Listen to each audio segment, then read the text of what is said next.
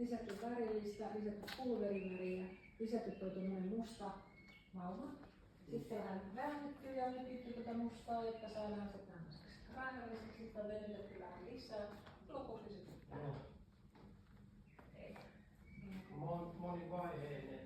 Joo. Että niinku, siitä se on se kai jossain vaiheessa niinku, tähänkin niinku, on sitten lisätty, että on vähän venytetty tossa kohtaa on venytetty. Ei oikeastaan mun mielestä on välttämättä lisätty, sitä on muotoiltu. Sitten, kyllä mä sanoisin, että ei ole lisätty, tossakin sitä on sitten vähän väännetty kauan, että saadaan toi umru. Mutta miten sitten toi on saatu toi kirkas pää? Se on aivan lisätty. Joo. Muuten se on niin kuin tästä vaan. Joo, yhdestä toi ja sitten toi on lisätty. Joo.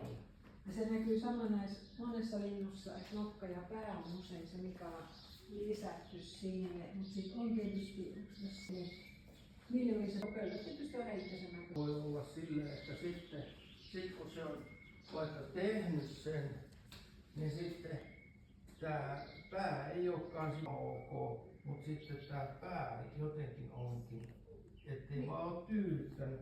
Sitten se rostiin tai sitten se menee jonain silleen, että se ei ole pannut omaa nimeensä tai.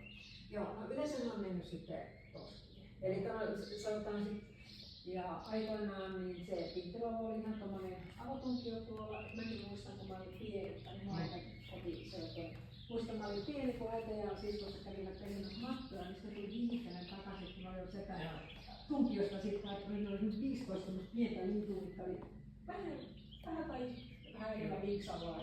Joo. Mutta sellaisia ei ole myynnissä. Ei ole. Että kai sitten siellä. Ei ole aina signeerausta, koska osahan on ollut vähän massatavaa. Joo. Niin niitä on vaikea signeerata. Joo. Mutta näitäkin on itsensä näköisiä. Kardinaalit. Eli näähän on kaikki erinäköisiä, koska ne tehdään yksilöllisesti. Mutta kyllä niin pitää tunnistaa kardinaaleiksi kaikki. Mutta näitäkin on erinäköisiä. Kanadan lintu, joo. Tania, tuu katsomaan.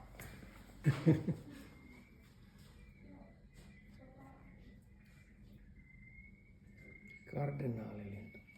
Tämmöinen toinen huumoria, eli se on Suomen 80-vuotis, mikä oli, eli kun häntä pyysi tämmöinen japanilainen tavaratalo. Japanin pallo.